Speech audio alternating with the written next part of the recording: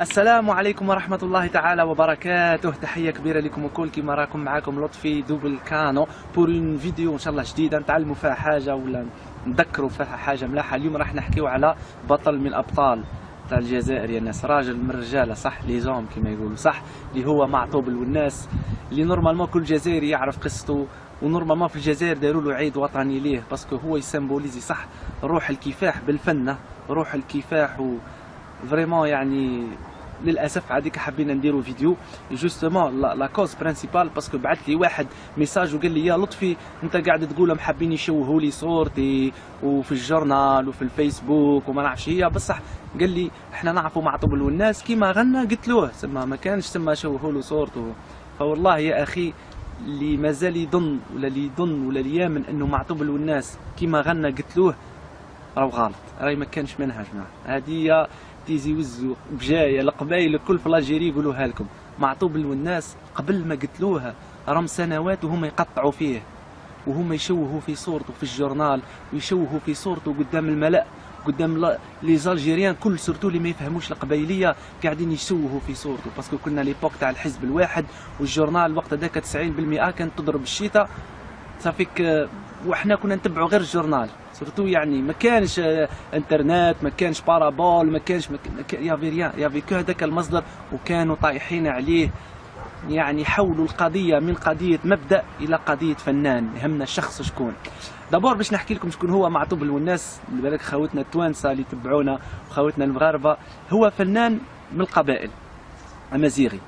هو كان يحكي على الحقره اون جينيرال في الجيري، بصح متخصص في الدفاع عن قضية الثقافة الأمازيغية، يعني التقاليد، الهضرة، كلش، اللبسة، المبادئ، التاريخ، كلش كان يدافع عليها طرافير لي شونسون تاعو. واحد الوقت صارت عنده شعبية كبيرة في تيزي وزو في بجاية عند القبائل كلهم جينيرال، شعبية ما تقدروش تصوراها، ولا دونجي على السيستم. وش يديروا يا جماعة؟ يبداو بالمرحلة الأولى تشويه الصورة، بداو يفزوا له في الصورة تاعو، قال لك احنا كنا حقيقة ندي يا جماعة مش قاعد نكذب، ولا كنا ما نفهموش القبيلية، كنا نظنوا في هذا الشخص راهو الشيطان. يكتبوا لك في الجورنال شوفوا او يحرش في القبائل باه يدوروا على الجزائر ويديوا الاستقلال ويديروا فوضى ويقتلوا العرب او يكرهوا العرب او دي راسيست، شوفوا كيفاه احنا ما كناش. ويقول لك في غنايات ويسب العرب وقاعد ينوض في الامازيغ وكل شويه ما كانش منها. بعد يقول لك شوفوا اي فرنسا اللي تمول فيه باش يرجعوا الاستعمار وراو خاين بلاده، وهي ما كانش منها، قاعدين يشوهوا في الصوره. وللاسف ابارتي زيوزو اللي كانوا يمنوا بعطوب 90% الاخرين كانوا صح يشوفوا فيه شيطان، باسكو كانوا يتبعوا واش يقول الجورنال يا جماعه. يعني نشفع على نهار اللي دار كونسير في الزينيت قلبت الدنيا، ولا في الاولمبيا كتبوا في الجورنال، في العاود نفتخر احنا ونقولوا جزائري غنى في الزينيت، لكن لقطه ذاك لا مامي لا خالد لا قليل اللي عمر الزينيت يا جماعه. معطوب كان يعمر الزينيت مش باللي زي فيه، كان يجي الكرسي وجيتاره ويقصف والزينيت معمر، ولا الاولمبيا ستي في العاود نفتخروا. كانوا يكتبوا في الجورنال ها قلنا لكم فرنسا تمول فيه وفرنسا تدير له في الحفلات، يكتبوا له مليح الفرون، ها مليح الفرون، اضرب الفرون خون بلادك. كانوا يسبوا فيها يا جماعه ويشوهوا في الصوره، وحنا كعامه الناس كنا نمنوا خاطر ما كناش نفهموا واش يقول، ونقولوا شوف والله عيب عليه كيما الناس اللي يمنوا اش نورمال. دونك فرنسا تمول، وكانوا بعديك اتاكاو الفنان اون لوي، اتاكاو معطوب والناس اون لوي، يجيبوا لك فوتو تاعو في الجورنال ويقول لك شوفوا قاعد في بار مثلا ومع اصحابه قاعدين يشربوا في لابيار ولا حاجه، ويقول لك هذا هو اللي يدافع على قضيه والمبادئ، ومن هاي الثقافه اللي حاب يجيبها الشراب والخمر، هاي الثقافه. كم بعد يا جماعه اذا كان يشرب الخمر، هاي الجزائر كامله معمره لي بار يعني وش هذا التناقض؟ ساعات ما نشفع لها والله عيب، جابوا تصويره تاعو لابس شورت ولا ما نعرف وين ومشم، اخي كان مشم معطوب. يقولوا شوفوا التوشام، هذه الثقافه، هذا هو اللي قاعد يهيج في البلاد باه يشوهوا الصوره تاعو. من كان انسان مفكر صاحب رساله تعود تشوفوا انت باندي تاع شراب وفرنسا تشري فيه. هاي شفتوا يحولوا لك القضيه محوريه اللي هي الحقره في البلاد الى قضيه فنان، ها هو الشخص هذا هو اللي تحكيوا عليه ويبداو يطاكيوه. Mon espoir, je l'investis dans le combat de Djaout, de Boussbsi, de Said Maqbel, de Said Sadi, de Khalid Al-Saoudi, de beaucoup d'autres. عم بالكم باللي معطوب الوناس كان يتفاهم بيان ويساند شكون؟ خالده تومي اللي اسمها خالده الوقت هذاك من سعودي، وخالده تومي الوقت هذاك خرجت الكتاب تاع الندبه تاعها هذاك اللي فيه الصلاه وما نعرفش هي، فيه الهضره تاع التمهبيل هذيك الكل، وهو كان يأيد. ولا بيريود هذيك بعد لا بيريود هذيك خرج الكتاب تاع سلمان رشدي الآيات الشيطانية لي فيرسي ساتانيك في جويه لا بيريود هذيك، فهو كان يسب الرسول وكل، وخرجت مع بعضها ضربة واحدة واحد لافاق. ومعطوب الوناس اسمعوا بيان كان يعني كلار ومش منافق، كان يقول أنا مشني مسلم معطوب الوناس، ويروح شوف لا فيديو دوك تشوفها في واحد الحصة وهدرها في فرنسا. شوف Mes parents peut-être sont musulmans, mais moi je ne me sens pas musulman. Donc vous êtes un laïc. Je suis un laïc et je crois que la laïcité elle s'explique. Mais معطوب الوناس كان يروح لي زيميسيون تاع فرنسا والناس يقولوا شوفوا يا جماعه هاو يسب بلاده في فرنسا ويزيد يخلق في فتنه ويقول انا مش لي مسلم، وبداو دركا هما ولاو يحبوا الاسلام حبا في الاسلام صاي، وسب الاسلام وسب الرسول وسب الصحابه، هذا كله علاه باه الشعب الجزائري يكرهه. فهمتوا يا جماعه؟ والمشكله انه القبائل في تيزي وزو عم بالهم ما كانش منها، فالسحاب روحهم كي شغل يا ناس واش بيكم تمنوا ما تمنوهمش، والناس الاخرين تسمى قاعدين يتبعوا واش مكتوب في الجورنال. الله غالب يا في موفي كونتاكت، هذا هو ديفيزي بور ريني، فرق تسد. فكانوا يشوهوا صورته، وهو يا جماعه ما كانش مسلم وكان يقول انا مش مسلم. يوم بعد هل يعني انه ما كانش مسلم انه ما كانش يقول الحق؟ ما كانش مسلم يا جماعه، لا اكراه في الدين. الرسول عليه الصلاه والسلام كان يقول للناس اذهبوا الى الحبشه فان فيها شكون ملك عادل، بصح الملك هذاك الرسول عليه الصلاه والسلام راهو كافر، معليش بصح يقول الحق، مادام يقول الحق روحوا معاه وما تخافوش. بعديك هذيك الاسلام بالعقل تجي مع الوقت، بصح مادام يقول الحق والله خير من واحد مسلم يقول الكفر ويقول الباطل، لانه بعديك هذاك تقدر ترجعه للحق فتقول الحق يميل للحق. فصح معطوب المناس ما كانش مسلم، ومن بعد لا اكراه في الدين يا جماعه، بصح احنا مش حابين نحكيو على معطوب، حابين نحكيو على القضيه اللي دافع عليها، هما ديما يحبوا يدوروكم شفتوه او هو، لا يا جماعه ما تغلطوش، مش قضيه فنان، قضيه راهي قضيه حقره في البلاد. دونك هما داروا على معطوب المناس في الجانب هذا والاسلام وسب الاسلام، وساعه ساعه هو يهدر على عقبه بن نافع، وساعه ثم تخلطت بيان لدرجه انه الناس نقول لكم الحق بكل صراحه ابار القبائل كانوا بزاف اللي يكرهوه في البلاد، يسبوا مش مسلم، والائمه تهدر في المساجد، ظهرت صحوه كبيره على جال الفنان. شفتوا كيفاش شوهوا له صورته، عاديك قاعد نقول لكم راهم قبل ما قتلوها راهو قطعوه تقطاع كبير كبير كبير. بعديك واش صار يا جماعه في مرحله هذيك؟ الجماعات المسلحه الاسلاميه خطفوا معطوب الوناس، طلعوه الجبل، كيدناباوه، وتقلبت القبائل بلاقي كل واحد ما الحق، واحد ما حركها، واحد ما وعلاه زادوا كتبوا في الجورنال شوف كيما باه يزيدوا يغرقوه مع الارهاب، هو تانا وعلاه يسب في ربي ويسب في محمد ويسب في الاسلام. هو شوفوا معطوب الوناس صح ما كانش مسلم، بس عمره ما سب الاسلام، بالعكس كان يقول انا يا جماعه ما عنديش مشكله أنا مع الاسلام، انا برك مشني مسلم. هو كان يقول هك، عمره ما سب الاسلام. وهذه ربما الناس اللي يعرفوا الدين عم بالهم باللي الاسلام في المدينه بعد ما كانش كل المسلمين، معليش موضوع واحد اخر. المهم حكموه الجماعات الاسلاميه المسلحه، وفي الجورنال زادوا كتبوا صاي دوك يقصوه طراف، دوك يذبحوه، هذا اللي يسب ربي شغل يزيدوا يغرقوا هو تانا وكيفاه. وبعد 3 ايام من اللي حكموا معطوب الوناس في الجبل، ابري 3 جور عملكم واش صار؟ قتلوا الشاب حسني اللي تسمعوا به الكل تعرفوه هما في المغرب الكبير الكل، الشاب حسني اللي حبوه لجان، يا تم تقلبت لالجيري، قتلوا الشاب حسني يا ربي يرحمه. فالناس في الجورنال واش كتبوا؟ معطوبه مش غير يقتلوه، شاب حسني مسكين عنجان كان يغني على الشبيبه وكلش والحب وما نعرفش هي، قتلوه. مالا هذاك اللي يسب ربي واش يديروا له؟ قال لك درك يفلقوه. واش صار يا جماعه؟ تخيل الجماعات الاسلاميه المسلحه سيبوا معطوب الوناس قالوا له روح. القبايل تقلبت الدنيا، فرحه تقول عليه الاستقلال، تقلبت وفرحانين وش بيك انت تسمى حاجه كبيره. اما الجهه الاخرى حزن كبير. عم بالكم وعلاه كتبوا في الجورنال وعلاه ما قتلوهش؟ وعلاه قلت له حسني وما قلت لهش هو. في العاود يكتبوا الحمد لله يعني لا، حبوا يشوهوا دركا زادوا حبوا يشوهوا انكور صورته. عبالكم واش قالوا؟ قالوا شوفوا يا جماعه هذه الجماعات الاسلاميه يا اخي تمول فيها فرنسا وهو تمول فيه فرنسا، ما لا راهم تفاهموا في بعضهم وخرجوه. هاو دليل انه في زوز يمولوا فيهم فرنسا. شوفوا التشويه يا جماعه. عاديك القبائل قلبهم يغلي، فهمت؟ مش يغلي على الشعب، يغلي على الناس اللي يشوهوا صورته قدام الشعب. الشعب ما تلوموش، كما قلنا لكم يا جماعتنا في الفيسبوك اللي نوضوا يسبوا وذاك ما تلوموهمش يا جماعه. الله غالب، الانسان ضعيف كي تعطيه صوره مش ملاحه سي نورمال يفا رياجير سولون الظاهر. يقول لك انا قالوا لي ا بلس بي بلس سي نمن ا، ما يعرفش واش كان في القلوب. في تيزي وزو كيف كانوا يعرفوا معطوب ويعرفوا عوا يهدر، وما كانش يسب ربي وما كانش يسب الرسول عليه الصلاه والسلام، بصح هما دخلوها في عقول الناس. تخيل حبوا يخلقوا مشكله واحده اخرى. يا اخي قلنا القضيه هي حقره في البلاد، دركا هضروا على فنان، دركا حبوا يبدلوها. قال لك وعلاه قلت له حسني وما قلتلوش معطوب. ودخلوا اللي جان. شوفوا يا جماعه حسني هذاك اللي يهز الاعلام ربي يرحمه ويفرج عليه ان شاء الله ويدخلوا الجنه. حسني اللي يهز الاعلام شو عليها في الصطاد وقال بلادي ونحب بلادي، هذا قتلوه. والاخر اللي يسب بلادنا في فرنسا ما قتلتوهش. Sur Cheb Hasni, c'est tout simplement parce que lui, il a été assassiné pendant que vous étiez séquestré par le GIA.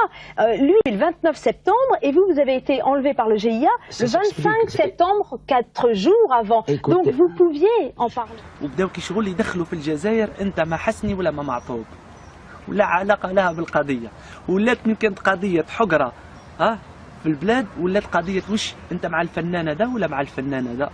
سبحان الله.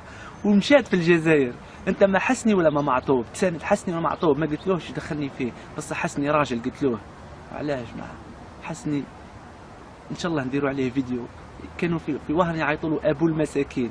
نعرف ناس انا كانوا يكتبوا له لي بارول كلش، يقول لك والله يخلص من استوديو يمدها للفقراء ساعات. ونحبوه، بصح ولا حابين تخلقوا فتنه بين تستغلوا حب الشباب لهذا الفنان باش تطيحوا فنان واحد اخر باش تماسكيوا القضيه الاساسيه اللي هي الحقره في البلاد. وصح حتى يعني شوفوا الصحافه الفرنسيه حبت تحرجوا وتقول له معطوب عليه ما تحبش حسني، وحبوا يقولوا له راك ما تحبش، هو يقول لهم يا جماعه اني ما نفهمش حتى العربيه، اني ما عنديش مشكل الحسني. وخرج كتاب معطوب وقالوا له وعلاش ما درتش ديديكاس، هدرتي على الناس غير حسني ما هدرتيش عليه. شوف جا فيديو. Moi, je voudrais savoir pourquoi est-ce que vous n'avez pas dédié ce livre Rebelle que vous avez écrit. Pourquoi est-ce que vous ne l'avez pas dédié à l'idole du rail en Algérie? Je veux parler de Cheb Hasni, qui lui aussi, à sa manière, en chantant le rail, était un rebelle. Je pouvais aussi le dédier aussi à Tarjaout, Saïd Moqbel. Oui, mais ça a été quand même le premier chanteur assassiné. Vous auriez pu quand même évoquer sa mémoire dans ce livre. Pardon d'insister. Écoutez, moi je ne suis pas un hypocrite. Je n'ai jamais écouté Cheb Hasni. D'abord, je n'ai pas accès à la langue arabe. Je suis désolé, je ne vais pas faire des choses comme ça pour plaire. Certes, mais c'est parce que vous êtes représentant du mouvement culturel berbère que, en fait, vous ne parlez pas de Cheb Hasni, qui lui n'était pas kabyle. Non, qu'on s'explique bien. Oui. C'est pas en luttant dans le mouvement culturel berbère pour la revendication de la culture berbère qu'on est contre des arabophones. Non, on voudrait vivre en harmonie en Algérie avec nos différences, nos diversités. شفتوا الناس كيفاه؟ شفتوا كيفاه يفزدوا ويديروا لافاج للناس باش يشوهوا صورة الإنسان اللي عنده قضية. بعديك واش صار؟ هو معطوب اللي زوم قال لهم ملكي مكة واش دار يا جماعة؟ النشيد الوطني الجزائري حكم اللحن تاعو ودار عليه غناية. كما يقولوا الشيخ حرك المرميطة وقلب الديمينو صايق فلها خلاص. هاجوا عم بالك وش 1.5 شهيد وسب الثورة الجزائرية وشب أرواح الجزائر والدم وخطعة في الجورنال اون ديريك دار واحد الكريم اون ديريك هتلر ولا وسب الثورة وسب الشهداء وسب التاريخ الجزائري. هاو دليل باللي عب فرنسا هذا النشيد اللي ماتوا عليه الناس. يا ناس الشهداء استشهدوا في سبيل الله مش في سبيل، وهذا نشيد. طبعا بيان سور بالك كاين ناس تسمع فيا درك تقول لك هذا لطفي ثم حب يستغل معطوب وكي جات لا بيريود قال لك هيا دوك نحكي عن معطوب. معليش ما احنا نوايانا امام الله. انا المهم صافي ديزاني كنت نقول ربي سبحانه كن ان شاء الله يا ربي تعطيني الفرصه نحكي لهذا الشعب ونقول لهم شكون كان معطوب، والله غير نحكي يا ربي. وعندها سنوات كنت داير حصة، الله أعلم، يا ربي يهدينا، هي اسمها كلمة حق، وجاتني الفرصة وحبيت نحكي للشعب الجزائري وعلاه معطوب والناس غنى هذيك تاع قسما. عمركم ما حكيتوا على معطوب والناس؟ نعم، معطوب والناس اللي قتلوه جامي جبتوا عليه، لا في عيد الفنان، لا في عيد الاستقلال، لا في عيد الشباب، لا ريان، جامي تجبدوا عليه. وعلاه؟ مشو جزائري ما عندوش شعبية، ما عندوش ناس يسمعوه، ما هدرش كلمة حق كما قاعدين تهدروا فيها انتم. وعلاه جامي حكيتوا على معطوب والناس؟ صح، انا حكيت عليه في مواقف اخرى، بصح في الحصه دي ما قدرتش نحط له سياق. معطوب والناس للاسف يا اخي كان الناس يقولوا راهو سب النشيد الوطني، وهما مش هم فاهمين واش دار. النشيد الوطني يا جماعه اللحن تاعو مش الكتابه، اللحن تاعو مم الكتيبه راهو ماهوش قران، راهو القران هو كلام ربي. النشيد الوطني هذاك قبل ما داروه يزون يوتيليزي بليزيور فيرسيون، موسيقى هادي، موسيقى هادي، موسيقى هادي، وبعديك لا فلان عجبتها هادي استعملوا هادي. النشيد الوطني كان يعبر على مشاعر الشعب في مرحلة معينة، مرحلة الاستعمار، فمفدي زكريا كتب دي بارول يتناسبوا مع الوقت هذاك. نفس الشيء داروا معطوب والناس في مرحلة وان كانت انقسامات وإرهاب ومشاكل. معطوب والناس استعمل نفس اللحن باه يعبر عن مشاعر الشعب. يعني مبدئيا النشيد الوطني هو يعبر عن مشاعر الشعب باللحن الفلاني، ما سب المجاهدين، ما سب الثورة، ما دار والو، حكم نفس اللحن وكتب عليه ان تكست اللي يعبر على الوقت هذاك، وكأنه النشيد الوطني تاعنا يمشي مع حالة الشعب. ربما فكرة ملاحة، لأنه الشعب المرحلة ديك كانوا يغنيوا يا فرنسا لازم تخرجي، درك خرجت فرنسا عندنا أزمة اقتصادية وأخلاقية، تقول لي يا أزمة أخلاقية لازم تخرجي، حان وقته، راح وقت العتاب. النشيد الوطني ماهوش قرآن، هذه حبيت نمدها يعني لسي معطوب والناس اللي يسمعوه كله تحية كبيرة، باسكو كان إنسان مات على كلمة حق، ما ماتش باسكو بزناس، ما ماتش باسكو هك ولا هك، مات خاطر قال كلمة حق.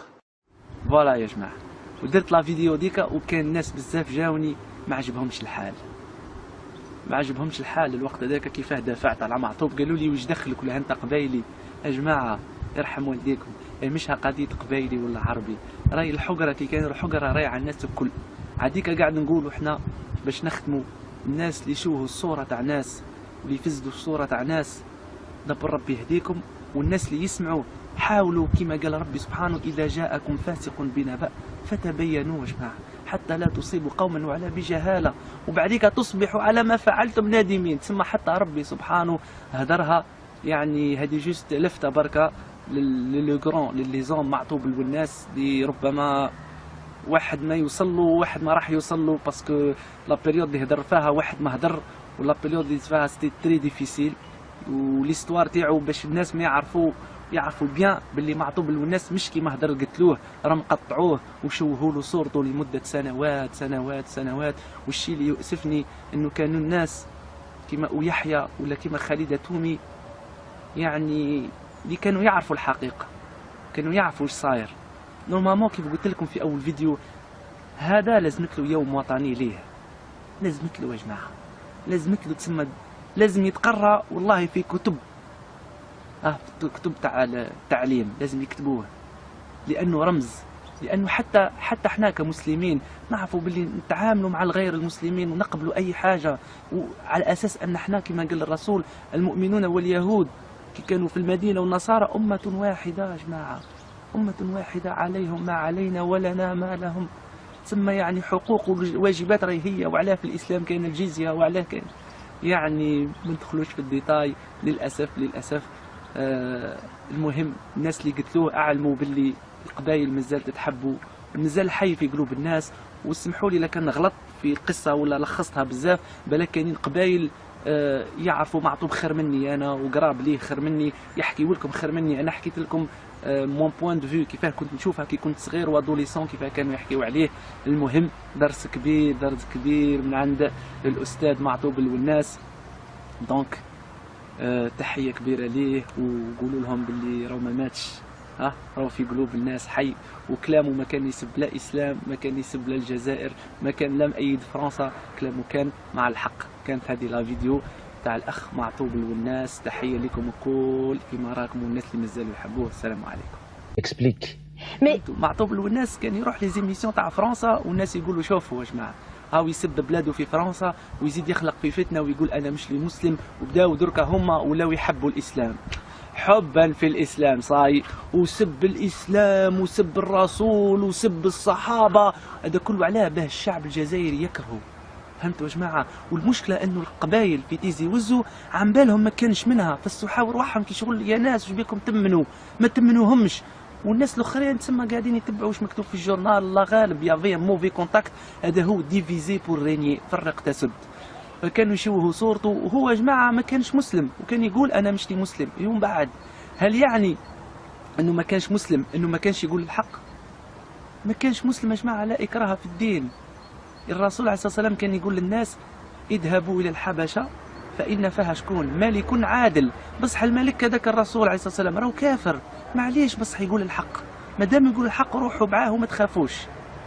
بعديك هذيك الاسلام بالعقل تجي مع الوقت، بصح مادام يقول الحق والله خير من واحد مسلم يقول الكفر ويقول الباطل، لانه بعديك هذاك تقدر ترجعه للحق، فتقول الحق يميل للحق.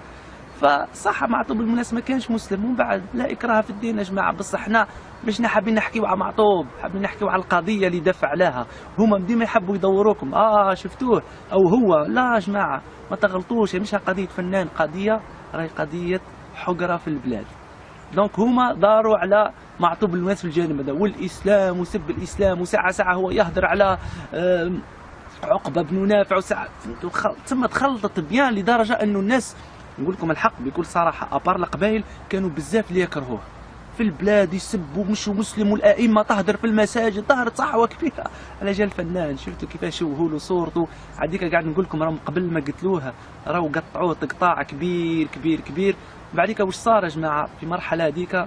الجماعات المسلحه الاسلاميه خطفوا معطوب الوناس، طلعوه الجبل، كيدناباوه، وتقلبت القبائل بلاقي كل واحد ما الحق، واحد ما حركها، واحد ما وعلاه زادوا كتبوا في الجورنال شوف كيما باه يزيدوا يغرقوه مع الارهاب، هو تانا وعلاه يسب في ربي ويسب في محمد ويسب في الاسلام. هو شوفوا معطوب الوناس صح ما كانش مسلم، بس عمره ما سب الاسلام، بالعكس كان يقول انا يا جماعه ما عنديش مشكله أنا مع الاسلام، انا برك مشتي مسلم. هو كان يقول هك، عمره ما سب الاسلام.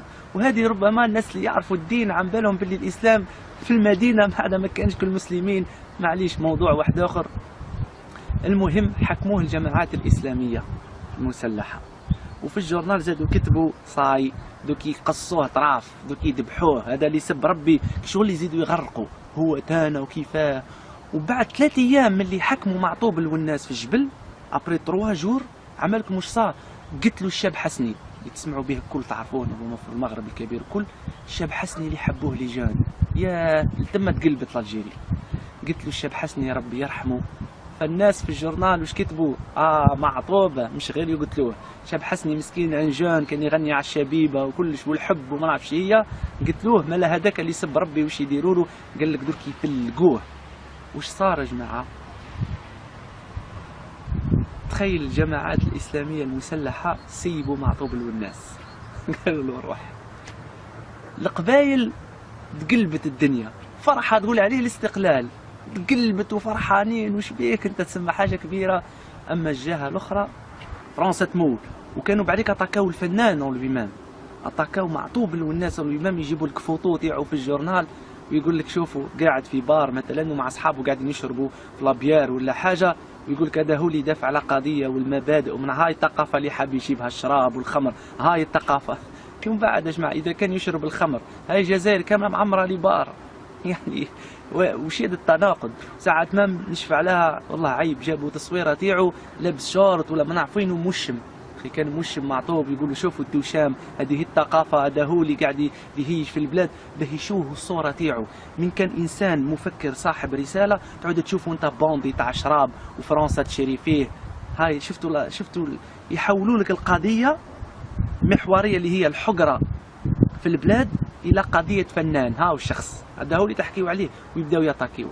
Mon espoir, je l'investis dans le combat de Djaout, de Boussmsi, de Said Maqbel, de Said Sadi, de Khalid Msaoudi, de beaucoup d'autres. عم بالكم باللي معطوب الوناس كان يتفاهم بيان ويساند شكون؟ خالده تومي اللي اسمها خالده الوقت هذاك مسعودي.